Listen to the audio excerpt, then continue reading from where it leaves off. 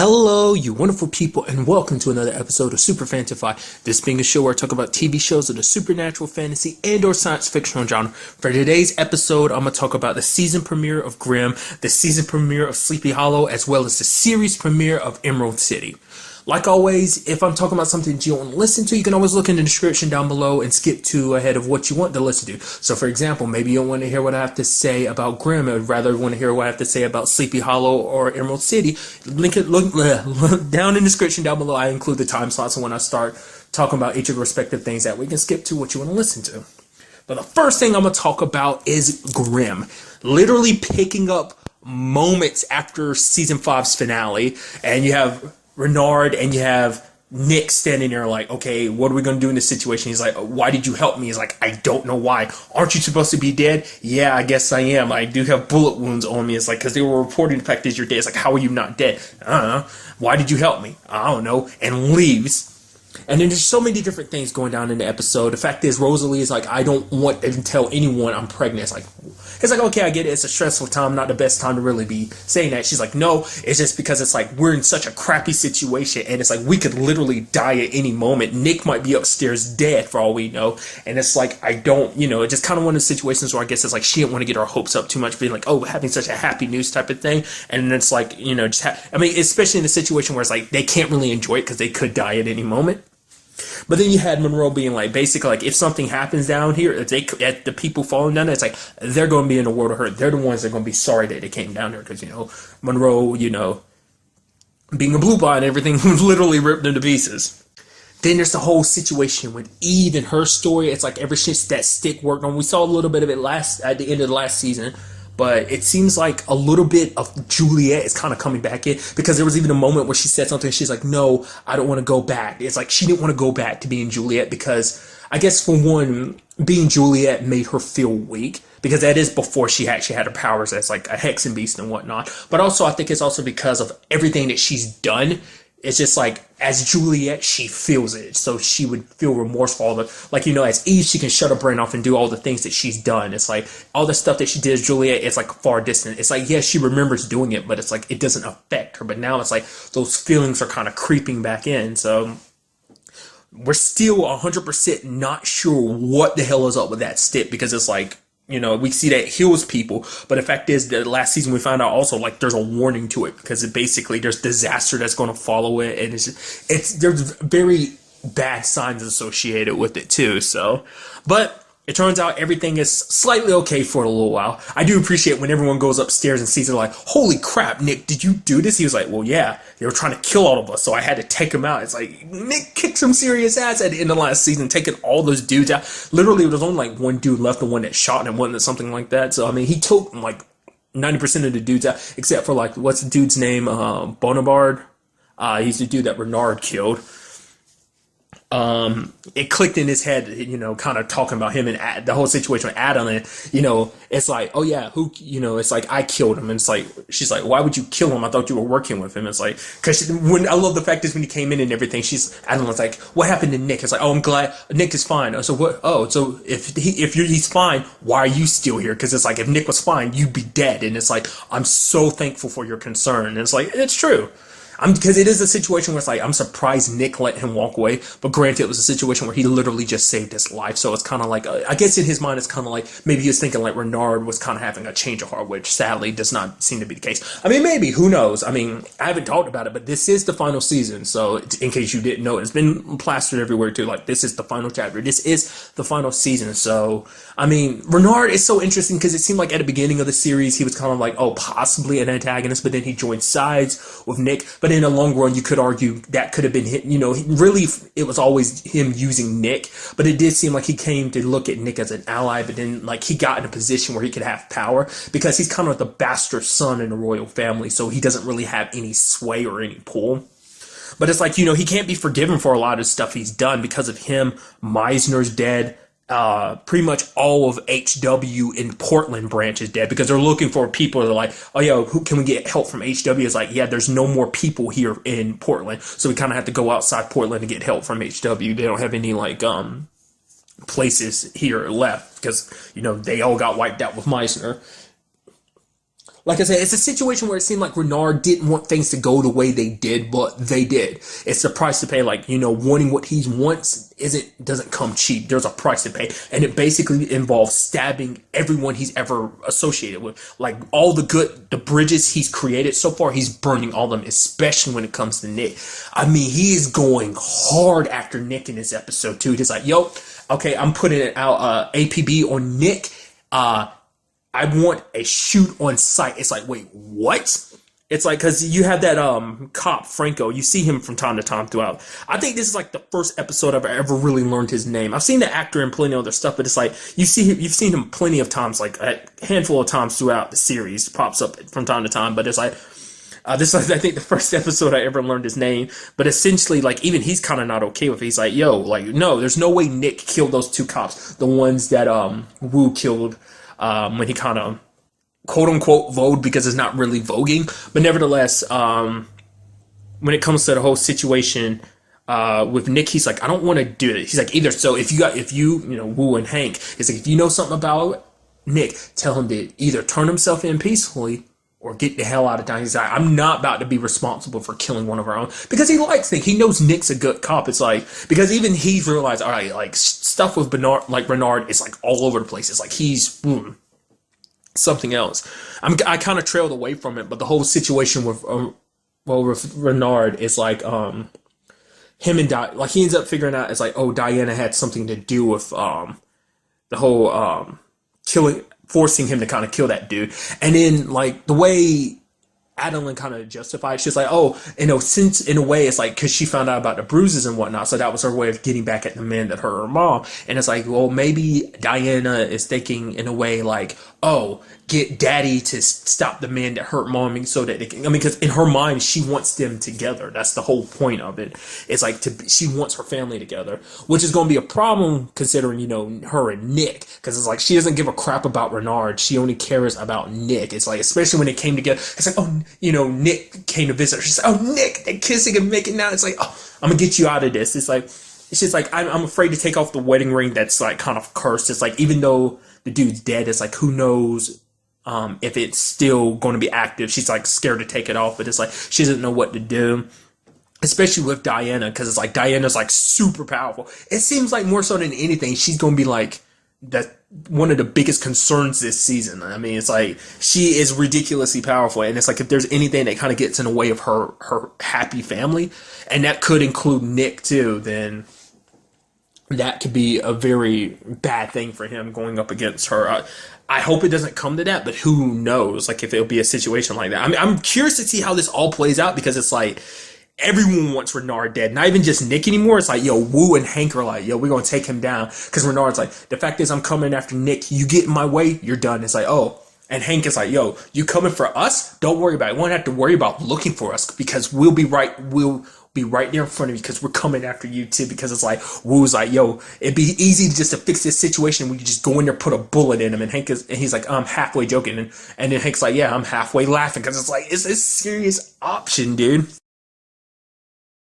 Is learning tidbits about the stick to a certain degree, because I love the whole situation about how they're getting rid of the bodies and everything. It's like, well, how are we going to get these bodies out of here? They literally just dump them down that shaft, the tunnel system. It's like, you see, pick up one body and they literally just throw it down there. It's like, well, these guys are trying to kill us, so why be, careful and discreet the whole situation? Let's screw them, right?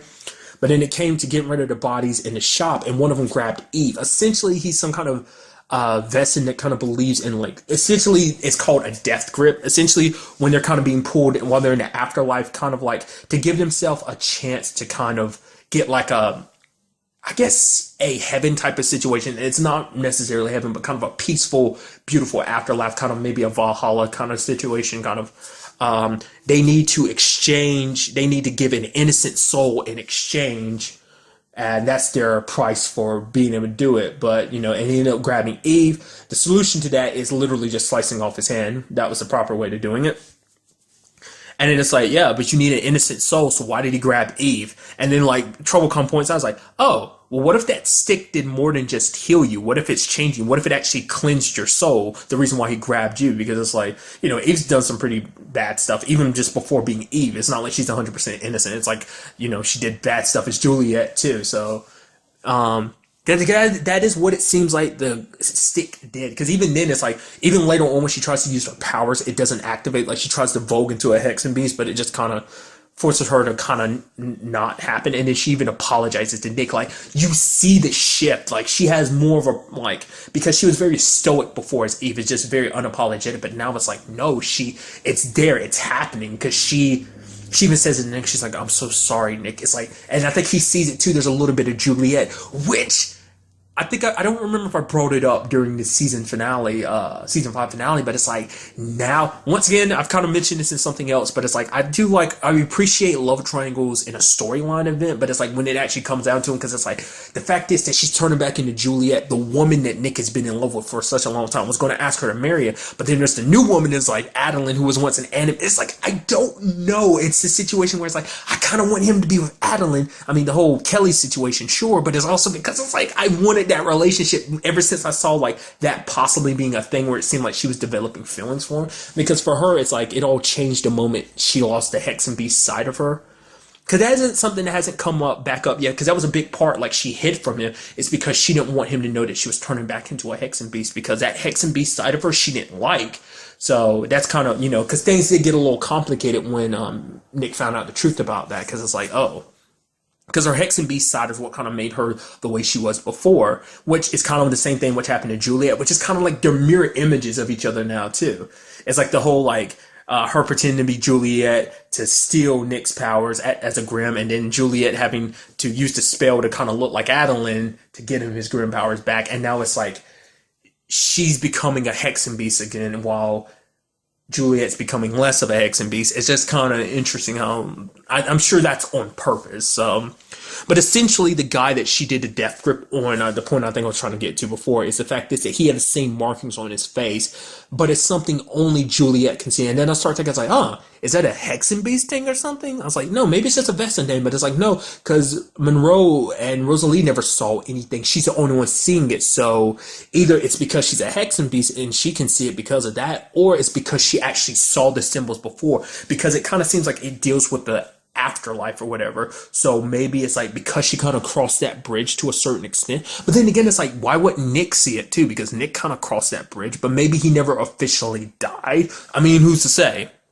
Then you have the whole situation with essentially, because Renard has made everyone think that Nick's the one that killed that dude by being like, yeah, it was Nick who did it. It's like, oh, he killed him and everything. So basically, it's not even just like, well, the cop, like, it's not even just the cops, obviously he's painting Nick as a bad guy, being like, oh yeah, all these other cops from this other precinct, yep, it was Nick who did this. On top of that, it's like he's got Black Claw thinking like Nick, because granted, if he told Black Claw the truth, it's like, because he's in a situation where he has very few allies. Like in a situation like this, because I guess for him, there's no turning back. Because it's like, at this point, he could have turned back. But at the same time, it's still a situation where it's like, he can't not necessarily be forgiven for what he's done.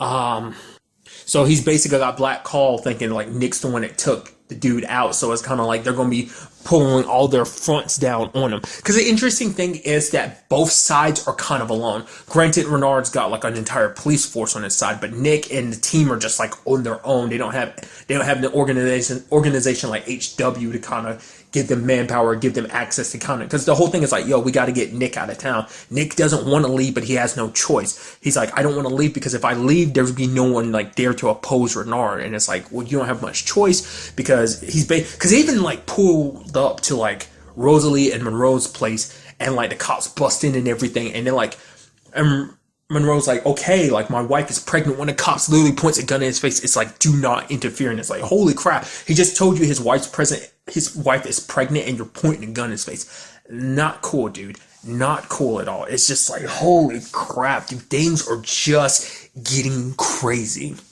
And he had the whole situation with Renard kind of talking about his like he's seeing blood everywhere, and then he's hearing Home Dude's voice about like, oh, the fact is you haven't, he's feeling guilty about it.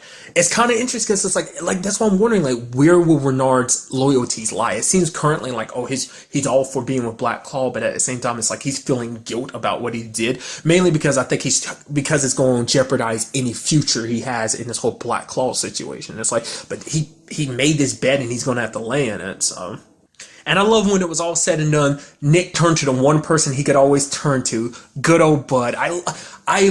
I've loved and adored Bud for a while, just because at every time, because being the type of vesting that he is, they are very skittish, and out of anyone, it's mainly because of the type of vesting they are, but I think it's just part of Bud's personality too. Just like there's a ringing at the door, he's like, oh God, somebody's ringing the door. He's like, dude, okay, it's like, okay, you're right, it might be a customer or whatever. And then they try to explain. I was like, okay, we're going to load up a fridge or whatever, make him think that Nick's in it. And then Bud's looking around like, and then Eva's like, you're the distraction, Bud. It's like, okay, I get it. Just like, I love how he's just great. And it also, we ended up finding out like, Hank and Wu ended up catching, Rachel's case, like about, it's like, oh man, they see what happened to her. It's like, even Hank says himself, it's like, usually this type of situation, like the person that's lying next to you in bed is kind of the one responsible for this, ends up getting the Emmy's report, and it's like, oh yeah, Renard's fingerprints are all over the place. And it's like, wait, what?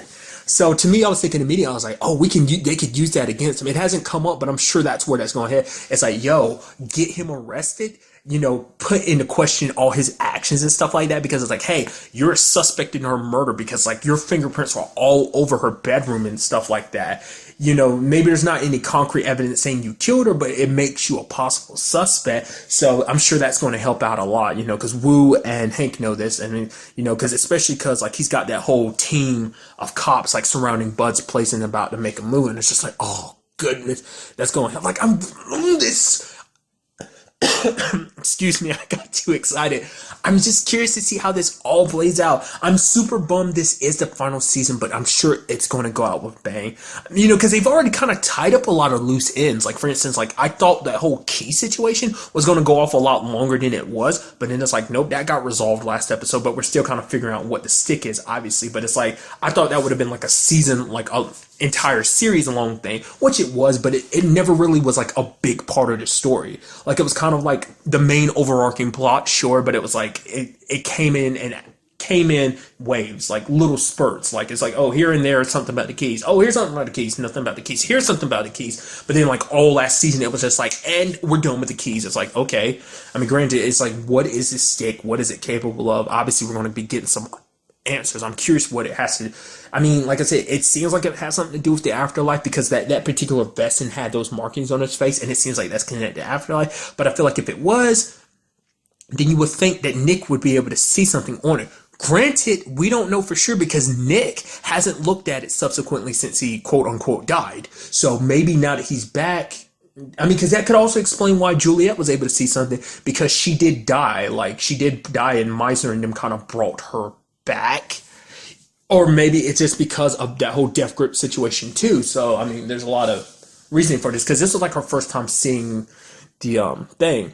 But she kind of brings up something. She's like, maybe you shouldn't be carrying around a stick. At that point, it kind of looks a little suspicious, but at the same time, it's like, well, that is true, because it's like, if something happens to Nick, the last thing you want is someone like Renard or Black Claw getting their hands on it, because they're still asking him like, how is, because Renard is trying to figure out like how the hell Nick is alive too. And it's like, that brings into question, it's just so much. And then like I bring it up again, the Diana situation is like, that is like, I've seen little snippets of this season, obviously, because of like, the intro. It's like, oh yeah, this is going to be the final season and everything. So like I said, it seems like she's going to be a big problem. I mean, granted, I'm sure like Adeline's going to try and keep her on, like, be on her best behavior, try to make everything seem super okay, but it's like hard to say like where it's all going to go. Also makes you wonder what's going to happen with Wu, because it's like Wu too is like not 100% human anymore, because of that whole like thing he can transform into, which they were down there looking for an exit. I was so sure he was going to kind of quote unquote vogue and end up ripping it up because he's super strong and everything, but it never happened. I guess maybe because he's afraid to kind of really transform, because he might not be able to control himself. It makes you wonder like what's going to happen when this is all said and done. I get the feeling maybe it's going to be a situation where Nick has to leave town forever, like maybe no more Portland, like maybe him in trouble, go on the road type of Grimm type of situation, or maybe he stays in Portland. Like, maybe he eventually takes over HW. I don't know, because we haven't even seen like the full scope of HW. We've only seen like Meissner's position on it. It's like get to see some other heads of the organization. We still don't even know like a lot of the top brats in Black Claw and either, but I'm sure a lot of that's going to be resolved this season. So I'm super excited to see where this all plays up, especially where we go from it with everything next episode. And now moving on to the season premiere of Sleepy Hollow. Okay, so roughly speaking, maybe, it's been about 2 weeks since season 3's finale, and Ichabod finds himself in, lo and behold, DC.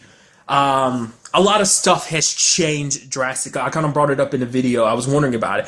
I was like, basically it's an entirely new team of people. You've got this special agent, Diane, who is with Homeland Security. Because I kept I'll get to that in a second. I'm about to go into somewhere, but I'll get to that in a second. That, and we've got Alex and Jake, who basically work in a section of Homeland Security that basically covers the kind of more supernatural and fringe type of things. Because Jake was like, "Oh, dude, you're Brownbeard." He's like, and Ichabod's like, "Wait, what?" He's like, "Oh, yeah, that's just what I call you." He's like, "Dude, I've literally kept records of you." It's like all this stuff, especially supernatural stuff, was hitting like we kind of categorize all of it around the world. But here it's like, yo, we start seeing a big spike of it in Sleepy Hollow. So he's like, so he kind of already knew a little bit of who Ichabod was, but it's crazy. Like, I know there's so much to go over, but a big part of this is introducing you to the new team. And it's very interesting that it's like a full-blown team, because it was like, depending on what season you go at, like season 3, like there was more of a team effort, especially when Reynolds and Sophie kind of got brought on. Granted, that didn't happen till like nearing the end of the season that they kind of really got brought on and got to know about everything that was going on. But for the most part, it's like the only 3 people knew about this whole world. I mean, granted, Corbin Jr. got brought into it as well, so he was a big part of the team, especially last season as well. And it's like now we've got like a full-blown team of just like everyone being welcomed into it. Like, obviously Diane kind of being thrown into this because her partner Eric was murdered by the monster in this episode. She's working with crime because it's like she wants to find the people that are behind this monster, and there's just so much to go over. Like a new location, you have Ichabod feeling weird about it, being very selective about what he says, because it's like, oh yeah, he kind of references the fact that I was like, oh yeah, I learned how to decipher Ben Franklin's stuff when I was his apprentice. He's like, oh, when I was looking through his stuff and felt like I was his apprentice. It's like, yeah, let's move on from this. Kind of not letting anyone know, but like only person that knows about it is Jenny, which I'm super excited to see Jenny, because I think I was bringing it up before, but it's like I wasn't sure whether anyone from the old previous season was going to come back or not. Like definitely, because I'd read that before and I was like, I was going to have a whole new cast, which majority of the cast is new. So, but Jenny is here, and I was like, because I didn't know until like I saw it's like, oh, coming up next, Sleepy Hollow, and it showed Jenny as one of the cast. I was like, Jenny's in this, and then she shows up and saves the day at the end too. I was like, Jenny, that's so awesome. I'm super excited about that. Because I already like Diane and Crane's relationship. It's actually a mirror image of kind of how him and Abby first met. Because Abby was like super not into she's like, okay, this supernatural business. Okay, you're stupid. You're crazy. I mean, granted, it's not to the certain degree that because Ichabod, like I said, is choosing his words more wisely, so he's not being like, oh yeah, I'm actually from like the 1700s. It's a whole curse. I woke up like 200 years later. It's like, no, he's not admitting that. He's like, yeah, he kind of uses the cover that he created when he was working with Abby as well as with the FBI, being like, yeah, I'm a historic consultant. That's all. So kind of like he's kind of gotten good at lying. So it's gonna be interesting when the others find out exactly who he is. It's like, yeah, actually, I'm like over 200 years old. A whole curse situation. It's like I'm not really worth getting into it, but this is a big part of like kind of a new start for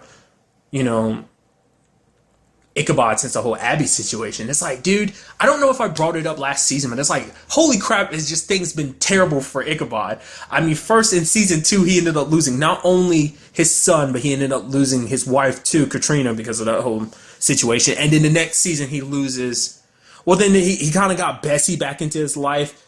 Bessie Ross, but then it was like, okay, she kind of left. That was kind of its own circumstances, and makes you. I doubt we will, but it'd be kind of interesting if we got more with that, like maybe some stuff looking back on the past and got to see a little more Bessie, but probably not.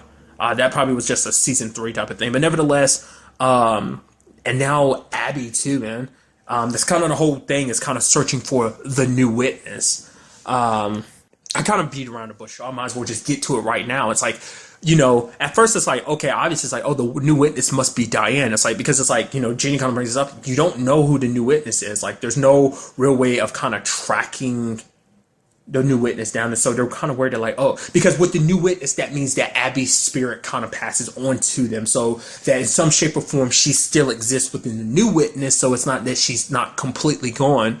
But then it's like, there's no way of really knowing. It's like, has he found anyone that really fits the bill? And obviously he kind of probably feels it with Diane, but he's not really 100% sure. But the way the episode ends, it kind of goes like, oh, hey, maybe it's her daughter Molly, who has a sketchbook that has Ichabod's face in it, which she's never met Ichabod before. So how would she do that? And because basically Molly has this situation where it's like she no longer speaks. It's like a condition that even the doctors aren't really sure of. They're saying it's kind of a thing that will pass, but she hasn't spoken a word. Like, it's kind of a new condition too. It happened within the past few weeks or something like that. Which is like, hey, Abby passing on kind of happened within that time frame too, so that's a strong possibility. I don't know, I could be remembering that wrong, but I think she said it was kind of a more recent thing that happened, like that happened to Molly. So maybe that's it, because that would explain why she's able to know like who Ichabod is and why she's able to draw him, because it's like Abby inside of her, like, because they are drawn together. Not less like Molly is supposed to be kind of a substitute type of situation where it's like, maybe it's a situation where like Molly has to be protected, like she is the next witness, but she has to come of age to kind of truly awaken as a witness. So for now, like, her mom is going to have to kind of be the witness in her stead. Not less like she's just a buffer mark anyway, that basically she's there kind of acting as a receiver for what was meant for Diane. Like, Diane hasn't fully awakened to being the next witness, so she's kind of receiving all of it until Diane is properly prepared to accept it, the mantle and stuff like that. I don't know. We also kind of learned a little bit about Diane too, like what kind of, like, she seems like super intelligent. Side note, I can't place that actress. I feel like I've seen her in stuff. I don't know for sure though. She's not the actress from True Blood, right? That other, what is it? Sam from True Blood, he was one of them. Is it skinwalkers? They could basically turn into animals and stuff like that.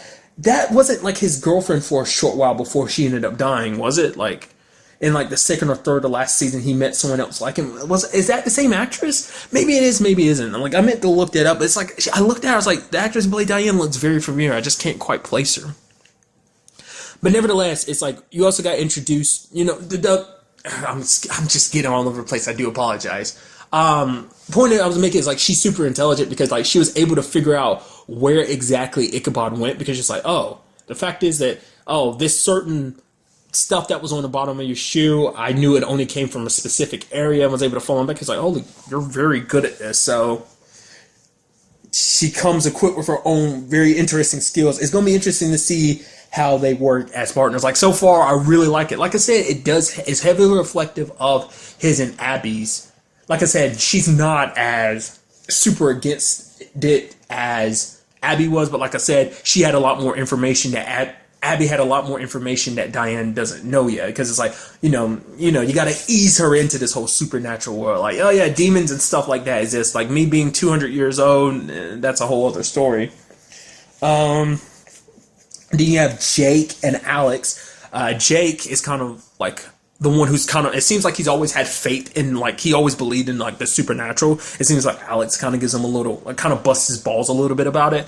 But it seems like, he's always kind of believed in it. And it's like, now it's like happening. He's like, oh man, proof that the supernatural exists. And then you have Alex being like, not really caring about that. She's just she does stuff. She likes building stuff. Some very dangerous stuff that, that's why they were talking about, yeah, we have this secret tunnel access. It's like, yeah, just so in case, so we don't have to go through the front door. Well, why wouldn't you want to go through the front door? Going past security and everything. It's like, well, sometimes I bring stuff in here that's not necessarily, good. It's kind of very dangerous stuff. So it seems like she's going to be the one that kind of tinkers, like makes a lot of stuff, because she ends up making the copper bullets that they needed to stop this thing. Because I haven't even really talked about it. Apparently, this monster is actually a demon that John Wilkes Booth summoned. That it's actually what killed Abraham Lincoln.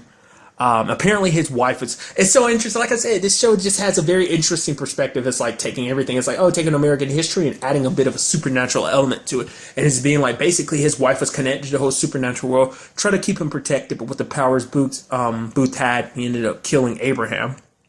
It's even more interesting when you actually think about it. Like, I know this is kind of a side thing, but it came up last season that basically this and Bones take place in the same universe, and Booth has his own somewhat connection to John Wilkes Booth that was kind of referenced a little bit in Bones. It's not been brought up that often. I mean, maybe in the later seasons. Like, it's been a while. Like, I'm like super far behind on Bones, which it's currently on now. I think it actually came on before Sleepy Hollow. This is its final season, sadly. I mean, it's sad to hear. I mean, especially because I'm like a couple seasons behind, but nevertheless, that was something that kind of brought up. So I thought that was just kind of interesting. It makes you wonder, like, what does that all mean? I mean, him, John Wilkes Booth becoming a demon was just kind of something that happened later on in life. So I don't know what I'm trying to say. I don't know what I'm trying to say. And I'm just going to confuse myself. So moving on. But essentially that's what this was all about. And basically it was sealed within the Lincoln Memorial, but then the head got chopped off, and that's what released the thing. And basically because of John Wilkes Booth's need to kind of destroy, everything symbolized that the flag symbolizes, it's kind of obsessed with it. So basically it killed anyone that was near it during, that has any association with the flag. So that was kind of a big thing. That was kind of its trigger. So that was kind of interesting. Like, just kind of throwing us in there. Like, the big focus of this episode is like, hey, introducing us to the new setting, our new team, kind of getting them into it. It's like, hey, supernatural world, it's there. Come on, catch up. Also introducing us to our main antagonist, possibly. It's this dude named Dreyfus, who at the beginning was trying to do some kind of ritual. He's connected to the whole monster getting released thing. He's obviously connected to Ichabod too, because it's like, he's like, oh yeah, we need to keep an eye on Ichabod, let him do whatever he needs to. Basically, the monster was never meant to do anything special. The main thing they wanted to do was release the seal, on Lincoln's head, because basically there was a tablet inside of it or something. It looks like it might be a tablet, kind of like the whole like witness tablets and stuff that's kind of popped up in the past. Rather than like in the shape of a book, like a rectangle, it is kind of in the shape of a circle. So, but it seems like obviously he's aiming for more than that. Plus, the person that's with him, like, he burst it open by shooting energy into it. His eyes turn red and everything. So no telling exactly what he is or what he could be. I mean, like, the sky's the limit, because I mean, last season we got introduced to a god. So it's like, there's such a large range of supernatural stuff to kind of pick from. It's whether he is definitely connected to the people that brought in Ichabod. That secret organization, who apparently, this is the organization that Washington formed because Papa Mills ended up telling Ichabod a little bit about it. It makes you wonder, obviously, because we got introduced to him last season about like his like having his own part in this. So obviously, I don't know, Jenny's here, so maybe we'll be seeing Papa Mills in the future too, because he wanted to kind of keep them away from this supernatural world, but it's like they're neck deep in it. That's his real reason for going away. Like, he wasn't just kind of the deadbeat dad that, they thought he was. He had his reasons for going away. Makes you also wonder, will there be any future interactions with her mom? Because there was a whole situation with their mom. She kind of came back in ghost form for a little while in one particular episode. I don't know if that's ever going to turn into anything else. Because the actress who plays their mom is also on Quantico. So I don't, depending on scheduling and stuff like that. But essentially this organization was actually built for Ichabod to lead, but it seems like, since he was gone for those 200 years, the organization kind of went on its own. Different people took control of it, and now the organization, it's like, it's hard to say like exactly what its aim is. I don't know whether this Dreyfus guy is actually at the top of it. He's one of its heads, whatever the situation may be. It's a situation where he's like, he will spill as much blood to get whatever, like what those tablet things are. He's like, I will spill as much blood as I need to get them.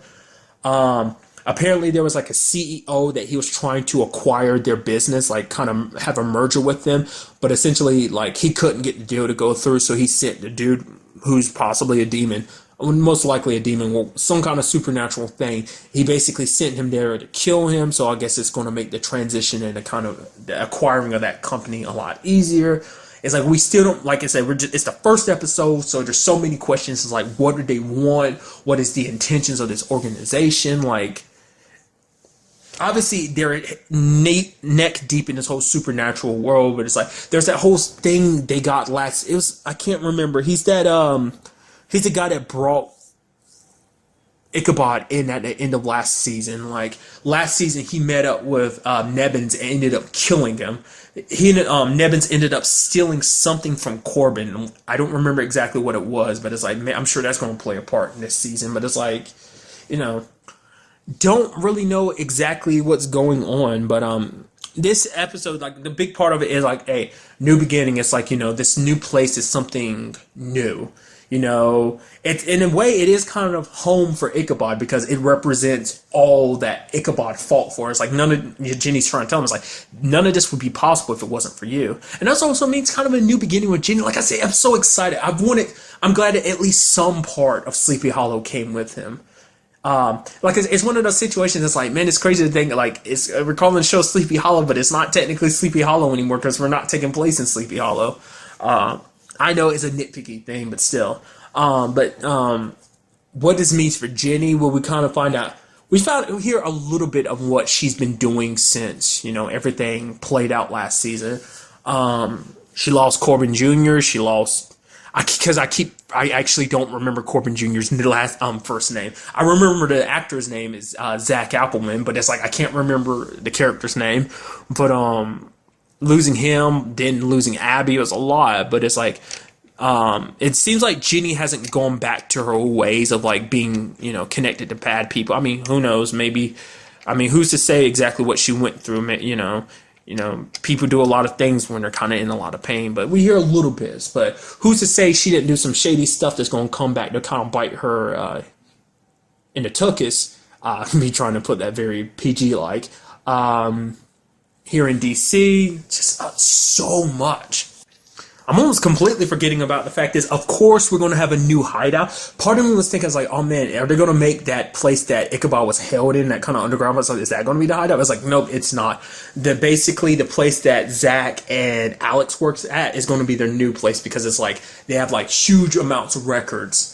Kind of essentially the supernatural world. It's to replace the place that they essentially are losing that they had in Sleepy Hollow, the bunker. So it's kind of, the vault is what they call it. So it looks a little run down on the outside, but on the inside, you just have this like vast library of a lot of stuff. So it's going to be interesting. Like, so like super excited. I'm loving everything, loving the new people so far. I'm really going to enjoy getting to know them, just the interactions between them and Ichabod and just all the stuff that they're going to face.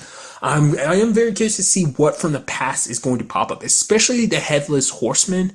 I forgot his name, his real name. The dude that was once upon a time Ichabod's best friend. Until the whole Katrina situation happened and that complicated things. The last time we saw him was when Ichabod summoned him to fight Pandora, but then he kind of went off on his own, especially because they kind of referenced him at the beginning. He was like in one of the slideshows, so he's still kind of out on the loose. And then at the same time, like there's a preview for the next episode that shows he's still around, so it does beg the question, because that's something we never ever got, neither was like all four of the horsemen. We only got two, him as Death and Henry, the Horsemen of War. And that was a thing that kind of popped up in this episode that Diane was talking about the fact is like, yeah, type of situation when you have a kid that it's in a situation, but you can't do anything about it to help them. You can't do, you're powerless to do anything, which I'm sure, you see this look on Ichabod's face, and then I was like, it clicked in my head. It's like, right, Henry, it's like, yeah, your son was in a situation you couldn't help him out with. And, that wasn't, his fault, but his dad, his son ended up resenting him for it, something that was out of his control. He didn't ask to be in that situation. So it does make you wonder, like, with that, how much stuff from the past is going to kind of pop up. Like, I don't think there's too much from his past. Like, I mean, from what I mean by the past, like the first 3 seasons, I don't think there's anything specifically from that hasn't been dealt with other than this whole Horseman situation. But like I said, even that was just because, I'm sure Ichabod's going to blame himself because it's like he kind of brought him up back to deal with the whole Pandora situation. Or, I mean, really, he was never really dead. Like, she sealed him away at the beginning of the season because she needed his power. So, like, just very interesting. Super excited to see where everything goes from here. And now moving on to the series premiere of Emerald City. Now, before I get started, I will preface this by saying, like, I don't know much of anything about the Oz books. I know, like, tiny little things, like some stuff that I remember reading about a long time ago. Other than that, I don't know exact details. My only experience with Oz in general is like the Judy Garland, the Wizard of Oz movie, as well as like, was it 2013, the James Franco one that came out was Oz the Great and Powerful, which I remember hearing when they originally came out that that's supposed to be closer to the books than the original Wizard of Oz movie was. How true that is, I don't know. I've never read the book. So, as well as it was like originally a sci-fi miniseries called 10 Men. It had Zooey Deschanel, Alan Cummings, and Neil McDonough in it. So that's as far as like any knowledge I have of Oz. But so I went into this not really knowing anything, not really knowing exactly what the show was going to be about. I saw a little bit of the previews, but after a while, I tried to like avoid them and try to avoid paying too much attention to them. Like, want to go into this as blind as possible. And how I felt about it, I really, really liked it because I like a lot of the direction that he took with certain things. Like, for instance, like at the very beginning, it's like Dorothy's life. You get introduced to it really quickly, and it's like, bam. Done. Like, we're already off to the races before, stuff really, it takes literally minutes for things to kind of jump off immediately. You end up finding out, for one, that Dorothy's adopted. Interestingly enough, the actress who plays her mom is Gina Bellman, the actress who played Sophie in Leverage, and I was like, Sophie! I just got super excited. I know that's not important. She wasn't even in the episode that much, but still, I just got excited by that. But the fact is, she's adopted. You find out that she's like she works at a hospital. She's like a nurse, and it's like, they immediately throw those certain details out there because it's like, okay, like, just kind of like introducing you to who Dorothy is a little bit, and then it's like, yeah, she goes to check on her, like, because she wants to kind of know who her real mom is. You get like a little peek at like her adopted parents, kind of talking to them a little bit. Like, it's not even like you really know Dorothy's life that well. I mean, granted, we know that she's very good with her patients because there's that one patient she was helping her put her fingernail polish on because she couldn't really do it.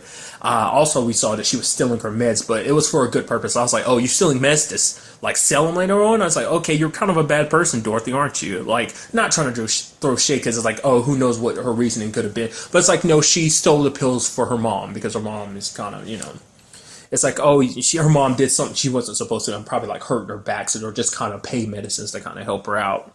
Because it's probably a situation where her parents can't afford any, like, medication or something like that, or maybe it's like, her mom's too stubborn to go to the doctor, so it's like, okay, fine, I'll kind of take care of you myself type of situation. But nevertheless, it's like you get a quick little peek into her life. Then she goes check on her, like, kind of, because she's been afraid. She's met up with her mom, who apparently her biological mom had only just recently come back to town, specifically a town called Lucas, Kansas, which does play importance into the rest of the episode, but I'll get to that in a second. But the fact is, she goes to visit her mom because she's like, I want to use this as an opportunity to learn about her. It's like, because she doesn't know why her mom just up and abandoned her, and why the fact is that she's back in town, yet she's made no advances, like, to be like, oh yeah, hey. I mean, she did tell her, like, hey, I'm in town, so letting her know where she lived, but it's like she never came to see her. Happens to go to her mom's place, sees that there's a dead cop in there, goes to find her mom bleeding from a gunshot wound, and it's like, okay, what the hell is going on here? Another cop shows up, she's like, oh, my mom, she needs help, and it's like, the cop points a gun at her, she's like, well, what are you doing? It's like, wait, what? and like, her mom was telling her, you've got to run, and it's like, oh, like, it's hard to say like what that whole situation about. Gets sucked up into the tornado, not exactly inside of a house, inside of a police car that she jumps into, ends up showing up and happens to run over they don't refer to them as the wicked witches. Like, they're known as the witches, the mistresses of the different places. Like Glinda, the quote unquote good North Witch, is known as the Maiden of the North. East and West are known as the mistresses, I guess. But she happens to run over the mistress of East, and the people nearby are known as the tribal lands. Like, that's the specific area she's in. She's kind of like, okay, I don't know where the hell I am, how I got here. I accidentally ran over that lady. I'm super sorry about it. They're like, wait, you killed her? It's like, okay, the only people that can kill her is another witch, because only witches can kill witches. So it's like, obviously you killed her, you're a witch. But basically the dude that runs the place, kind of the tribe leader, was like, okay, we're going to let you go. I mean, I do love that later on she's like, oh, thank you for helping me out and everything. Like, don't thank me. I was actually one of the people that voted to get you killed. And it's like, oh, well, now that's fantastic. God, you learn so much about this world. It's kind of a lot to run through because there's like so much that happened in that 2 hours. You was like, cause I'll go ahead and jump around a lot, and I do apologize for that. It's like, I don't know who's the good guy and who's the bad guy in this whole situation.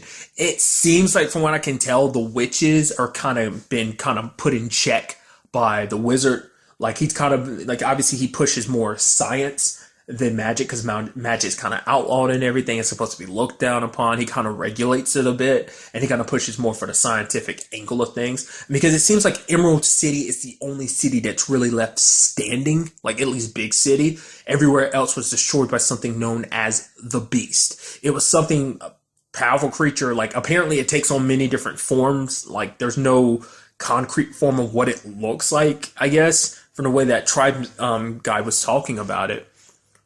That basically the wizard used like these gigantic, those golem things you've kind of seen around the place. It seems like they were what he used to kind of defeat the beast, which even the witches themselves couldn't even beat. Their magic couldn't beat it. So, and because I'm basing this around my experience with the Oz the Great and Powerful.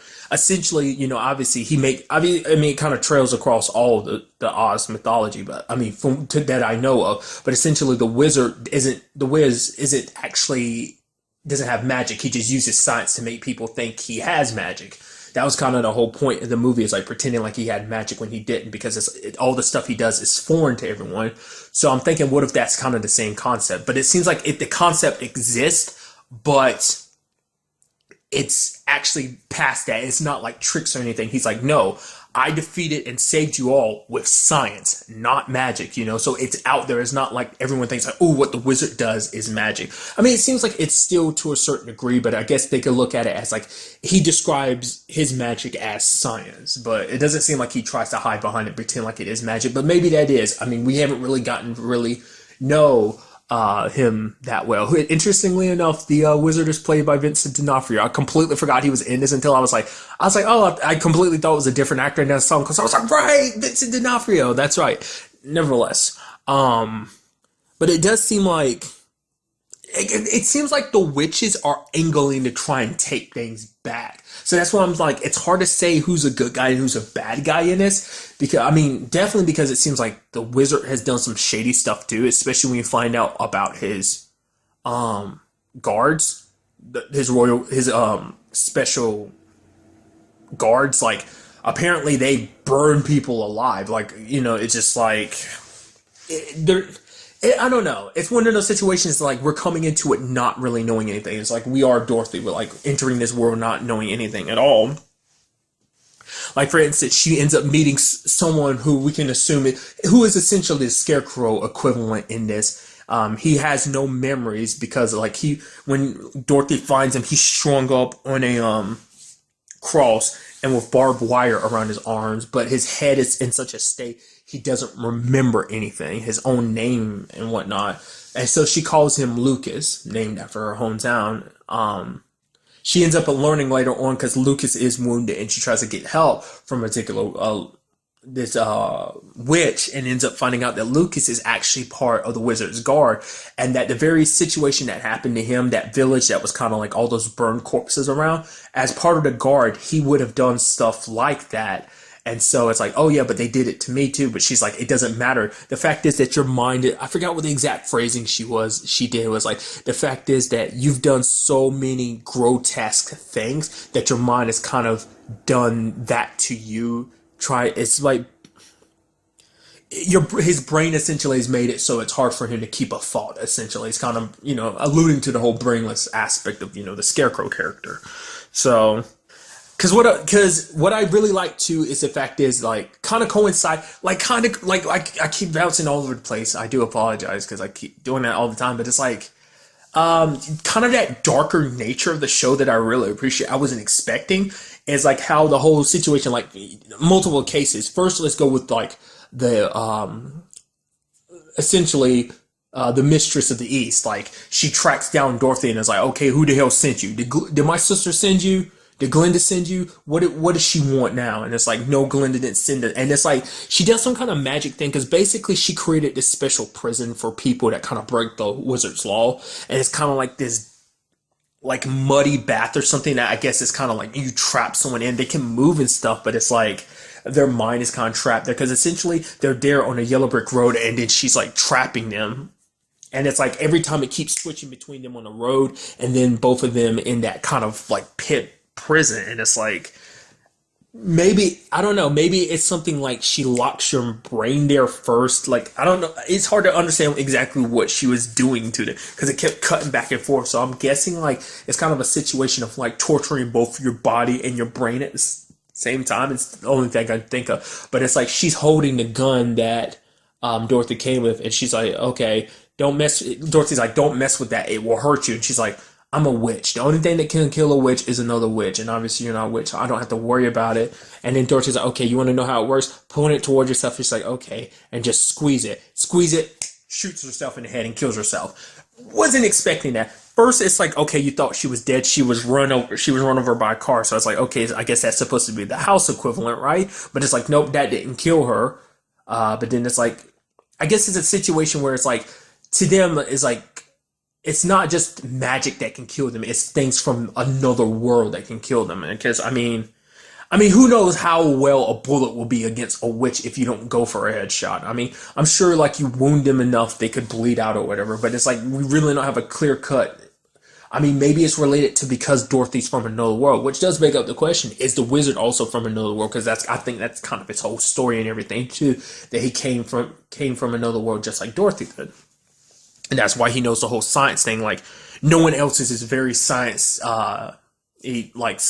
heavy as he is. And we ended up getting our little peek at the flying monkeys, which normally kind of typically associated with the Wicked Witch. But it's like the flying monkeys are actually made out of machines. I mean, like I said, I'm pulling from my own knowledge here, so I know that's probably not true in the books. But it was just kind of like, that was kind of interesting. It's kind of like a fantasy cyberpunk world, kind of, if you want to think about it like that, blending of magic and science.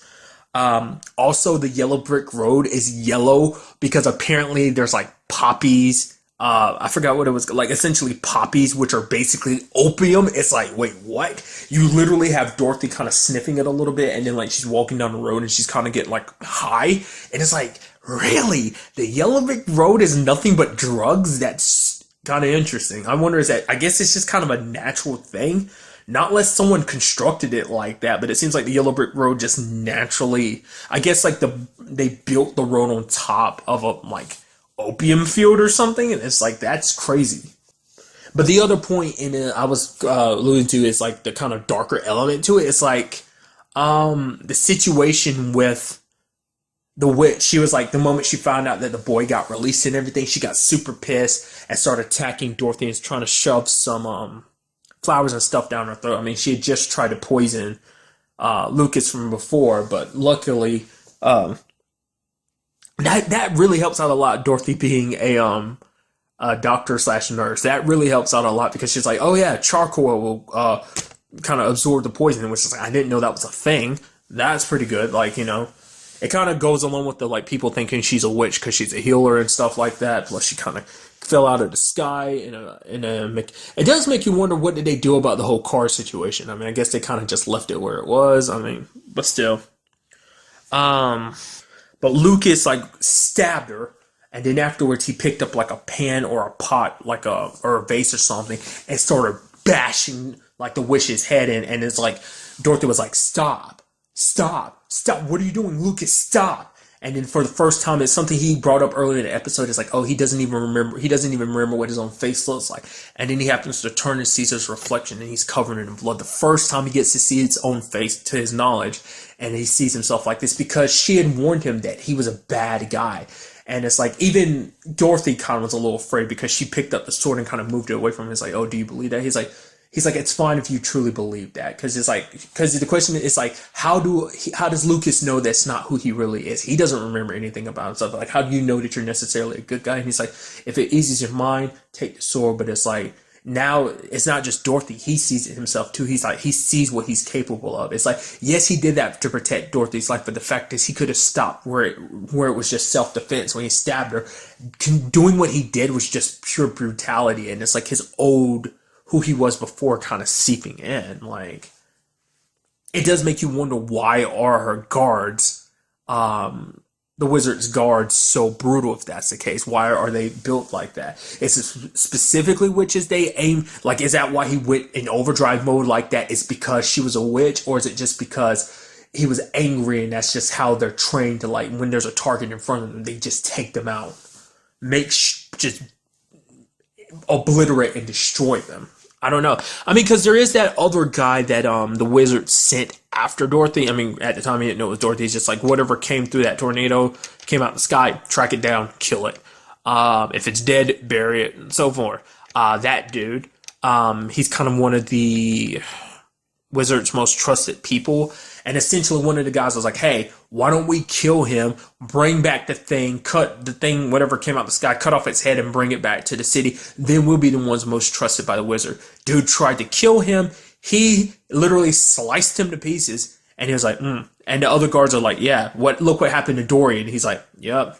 Oh man, lions, because they're going to use the exact same excuse for him, which, you try to draw the parallels. I'm assuming he's supposed to be possibly the cowardly lion, maybe, especially because they kept throwing around lion. So it does bring that situation. Like, from what I know, it is me trying to make parallels to certain characters that I feel like, because I don't know how big those specific characters are in the books, like Scarecrow, the Tin Man, and the Lion. Like, I'm pretty sure they exist. So maybe I'm trying to draw parallels to each of the characters that's been presented so far. I'm not really sure exactly who's supposed to be the Tin Man. Not unless it's the boy Tip, I think is his name. The boy, his friend Jack came to rescue him from the witch.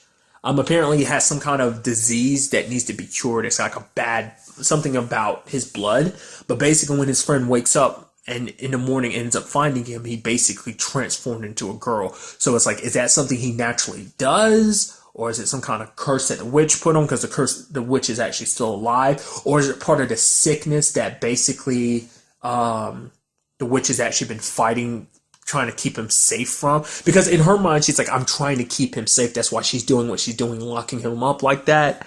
But Dorothy kind of didn't agree with that. I mean, it did. She's like, it kind of made her think of parallels between her and her own mom. It's like, it makes her think like her mom did what she did as a means of protecting her from what? Who knows? Like I said, this is like the first episode. Really, it's the first two episodes, and it's like we still really don't understand everything. Like, even in the world of Oz, we don't really know how everything works. Like, there's a whole like ceremony. It's a funeral that the sisters were going to hold for East.